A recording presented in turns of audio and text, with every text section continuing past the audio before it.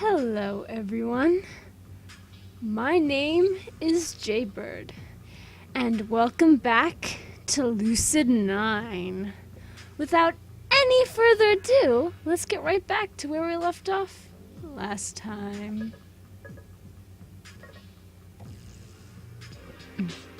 Oh, are the newlyweds already running into trouble? I ignore this. Good timing, Mr. Iota. I wanted to ask you something. If the question is whether to officially ask Rui out, the answer is yes. What? No! That's not the question! Oh, really? That's a bit boring. Rui and I aren't... You know what? Never mind. I was wondering what it means when you see someone you haven't seen in forever who you thought disappeared off the planet. It means exactly what you just said. Your life actually is a crappy anime. I never said that. Oh, you didn't? Mr. Iota. Sorry, can't help it. Now, who's this person you haven't seen in forever? She just transferred into my class this morning. Rui, her, and me, we were really close when we were little, back in our hometown, Seto. Transfer student. Childhood friend. Don't even think about it! Too late. My life is not a crappy anime! It's not! You're right! It's a really crappy anime. So what's the problem? Well, I talked with her, and I think we'll be friends again, but Rui is jealous. What? No! What is this, junior high? Sorry, I'll shut up. See, when Misaki, that's the transfer student, left, she accidentally triggered a giant depressive state that basically left me in the dumps for a year. I don't remember much about it, but to be honest, but really, Rui claims it was bad. Yama, when can you come to my office today? I want to listen properly to you, and the cafeteria is not exactly an ideal environment. Well, I guess that Mr. Ryota got hired into his job for an actual reason. Okay. Guess I'll drop by after school?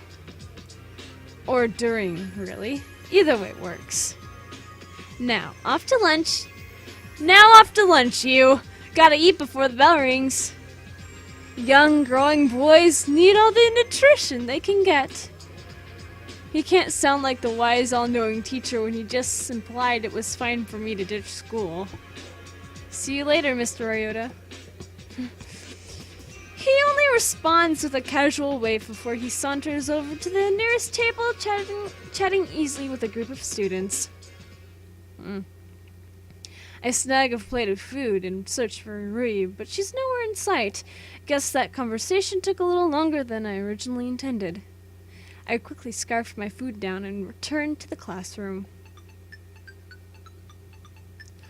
Alright, class, let's take secondary roll before we head to the courtyard. What? We have more PE? The teacher's halfway through rolling her eyes before she catches herself. I guess it's not a good example to roll your eyes in front of your students. No, Yahiko. Today's career day, as has been announced over the PA for the past 3 days.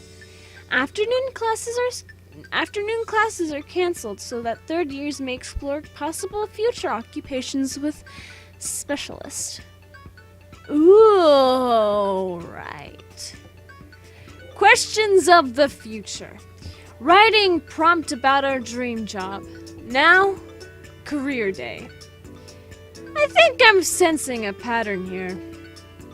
We're already running a little late, so let's make this quick. Anyone missing? Nope. That prompts us to glance around. I think he's right, ma'am. Everyone's here.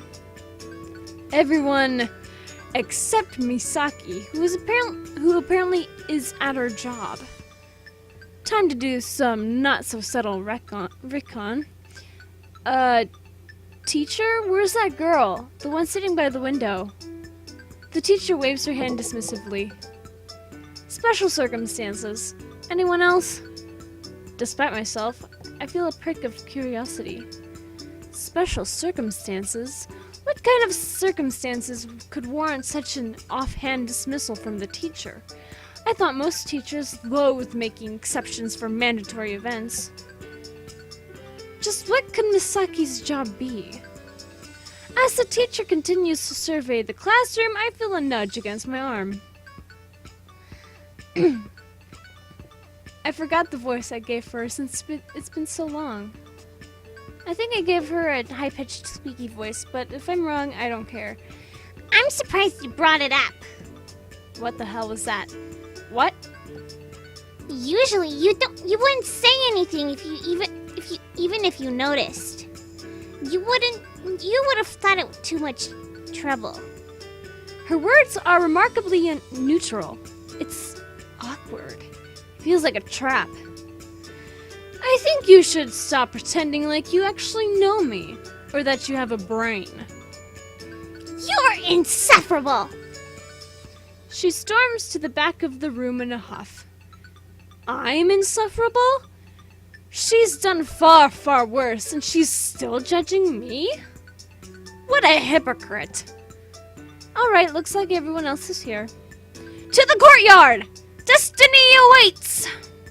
There are more than a few rolled eyes, but everyone obediently files out of the classroom.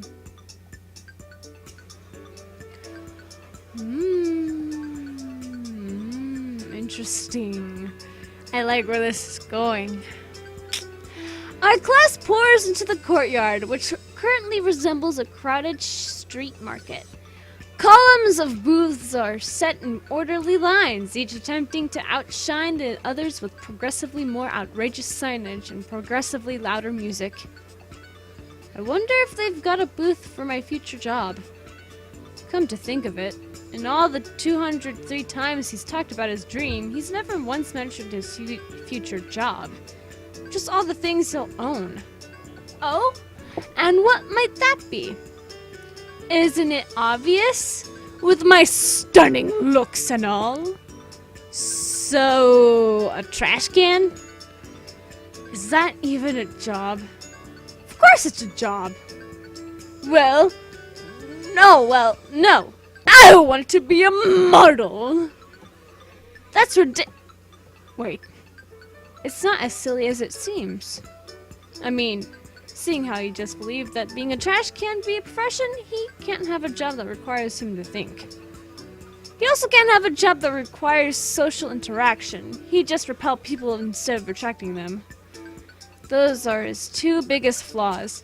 And modeling doesn't need either. As for his looks, I hate to admit it, but he's not so bad looking. He'd probably be able to land himself a girlfriend if he could just keep quiet. It almost sounds like a serious plan. Yahiko, my friend, I'm glad you finally realized the cruel truth.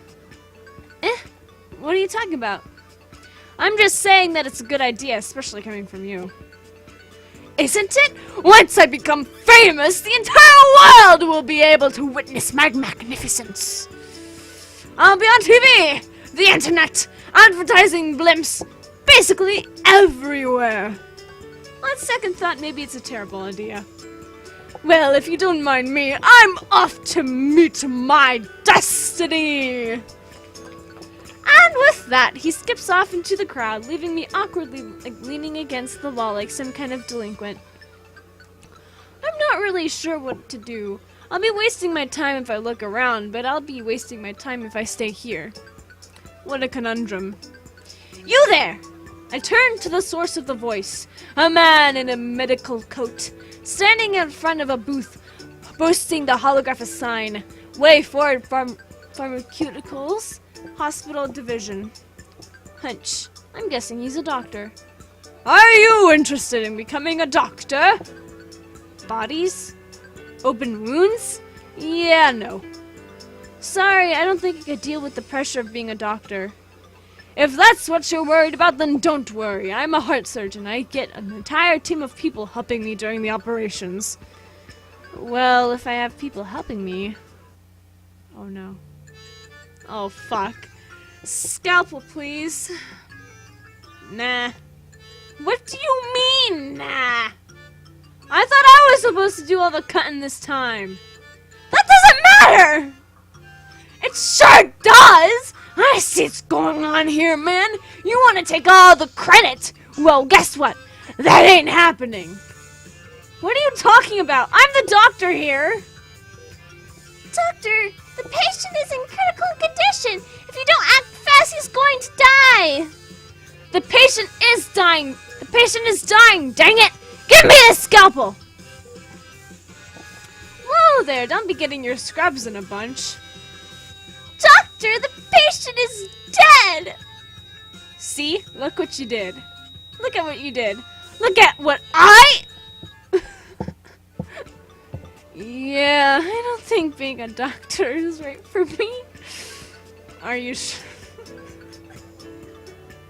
That was the best thing I've ever fucking seen. Give me the scalpel! Are you sure? We've got a great internship program. I'm good. Thanks enough. Thanks though. Another nearby booth catches my eye. A multicolored sign claims that it's from the National Education Institute. Behind the booth table, a tall woman in glasses is speaking animatedly to a small group of students. Don't you feel that we have a duty to equip the next generation? In this society, knowledge is power, and we need to ensure that our successors have the power to move forward. My job is the best and the most most beneficial, and there are no downsides whatsoever. Yeah, I've been there, heard that. Don't your students annoy you? Or tire you out? Well, I've had some ups and downs in my career, of course. The more difficult students may be perplexing at first, but when you persevere, you always end up getting those students back on the right path. Is that so? Oh no. Teach? What's 5 plus 7? This is high school, Mr. Akari, not primary school. You should have mastered addition by now. But teach! Excuse me, Mr. Kurogane!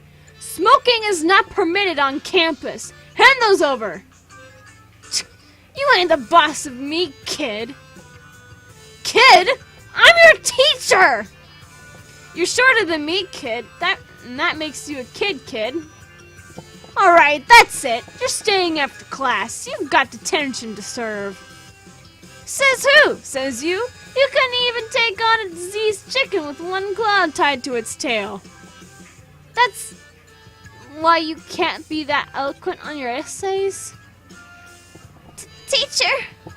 What? What's wrong? What? Why? What? Are you crying? Again? What for? Oh, you're angry at me. I'm sorry. I'm so terrible. I can't. Hey, don't cry. Oh. Yeah, I don't think I have enough patience to deal with students.